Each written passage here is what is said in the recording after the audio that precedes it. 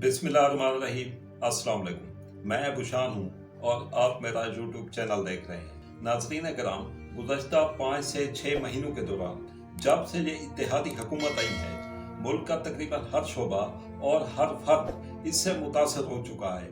और जो कमियां देखी जा रही हैं तो उससे अंदाज़ा लगता है कि ये कमियां शायद अगले 20 साल में भी पूरी ना हो सके।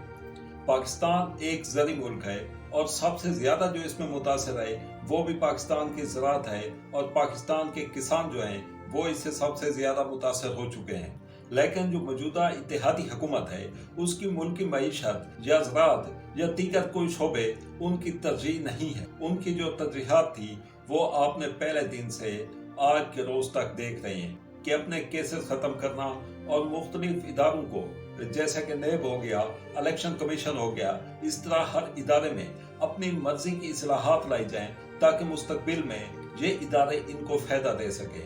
और इसके साथ इस इत्तेहादी की जो सबसे बड़ी तरजीह है वो ये है कि इमरान खान को खुडे लाइन लगाना या इमरान खान की सियासत को हमेशा हमेशा के लिए दफन कर देना। और ये पहले दिन से आज के दिन तक इसी जुस्तजू में लगे हुए हैं। आज पाकिस्तान में गंदम का बहरान है, तो ये बहरान शुरू कब हुआ? ये बहरान तब शुरू हुआ जब गंदम की खरीदारी करनी थी और उस वक्त पंजाब में हमजा शहबाज की हुकूमत थी। इस वक्त कोई पॉलिसी नहीं बनाई गई, किसानों या काश्तकारों को बारदाना तक नहीं दिया गया और हुकूमत की सारी तवज्जो पीटीआई के लॉन्ग मार्च की तरफ थी और वो उसी को कंट्रोल करने के लिए घरों पर छापे भी मार रहे थे और लॉन्ग मार्च को रोकने के लिए शेल इकट्ठे किए जा रहे थे। आज अगर आप देखें तो मुल्क में जो आटे और गंदम की कीमत है वो तकरीबन डबल हो चुकी है। बिजली के बिलों ने किसानों को बेहाल कर दिया। इसके साथ खादों की जो ब्लैक पे फरोख्त हो रही है उसकी वजह से किसान काफी मुतासर हो चुके हैं। वो बिजली के बिल अदा नहीं कर सकते। लाखों रुपए में आने वाले बिजली के बिल जब 1-2 दिन ताखीर का शिकार हो जाए तो वापडा उनके मीटर उतार देता है और इस तरह उनकी जो फसलें हैं वो सूख जाती हैं और उनको मजीद लाख रुपए के नुकसान से दो चार होना पड़ता है। और फिर जब उनके जरी अजनास बेचने का वक्त आता है तो वहाँ पे मिडल मैन माफिया उसका किरदार शुरू हो जाता है और हुकूमत की कोई पकड़ नहीं है इस पे। जरी अजनास के कोई खास रेट मुकर्रर नहीं किए जाते और किसानों का किसी तरह भी ख्याल नहीं रखा जाता।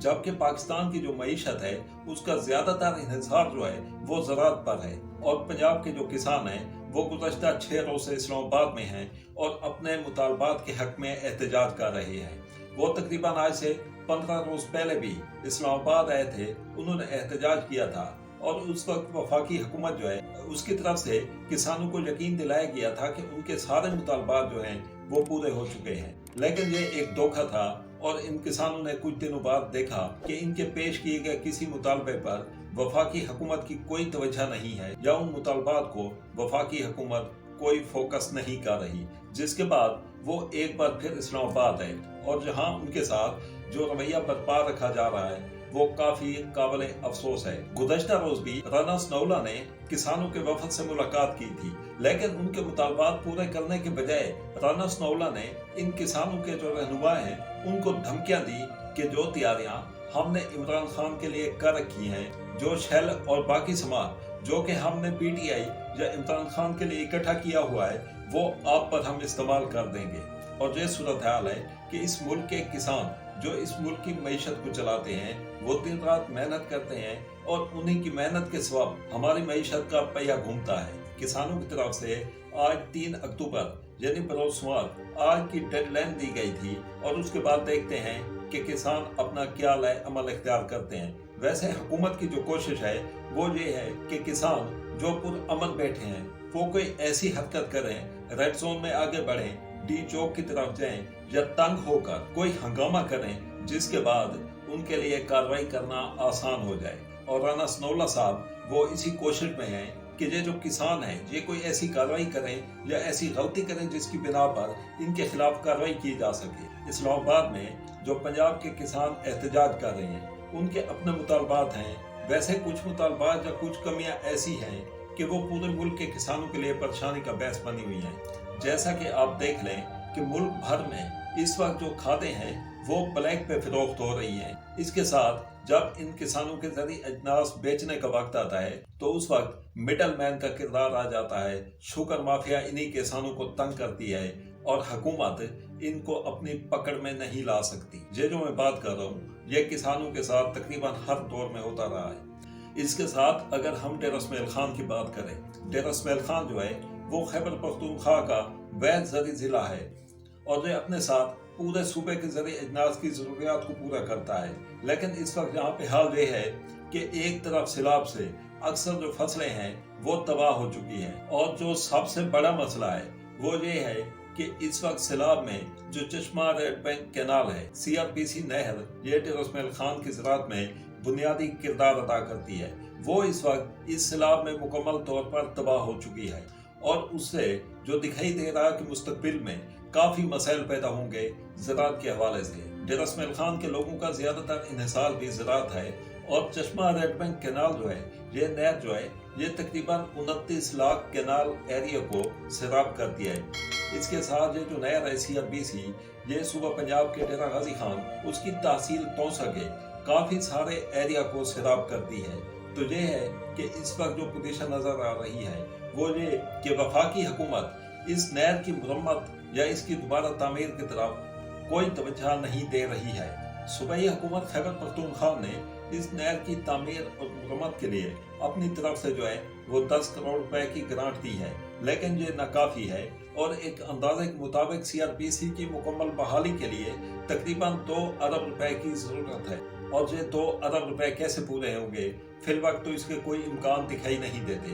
گزشتہ دنوں ایوان زراعت ڈیرہ اسماعیل خان کے ایک وفد نے، جس کی قیادت ضلعی صدر ایوان زراعت حاجی عبدالرشید دھب کر رہے تھے، انہوں نے مولانا فضل الرحمان سے ملاقات کی تھی اور ان کو بتایا تھا کہ اگر 2 مہینے میں اس نہر کی مرمت نہیں ہوتی اور پانی کی روانی بحال نہیں ہوتی تو یہ جو ہمارا علاقہ ہے ڈیرہ اسماعیل خان اور تحصیل تونسا کے علاقے، ڈیرہ غازی خان پنجاب کے جو علاقے ہیں، وہ زراعت میں تقریباً 7 سال پیچھے چلے جائیں گے، کیونکہ 2 مہینے بعد ابھی گندم کی بوائی ہونی ہے.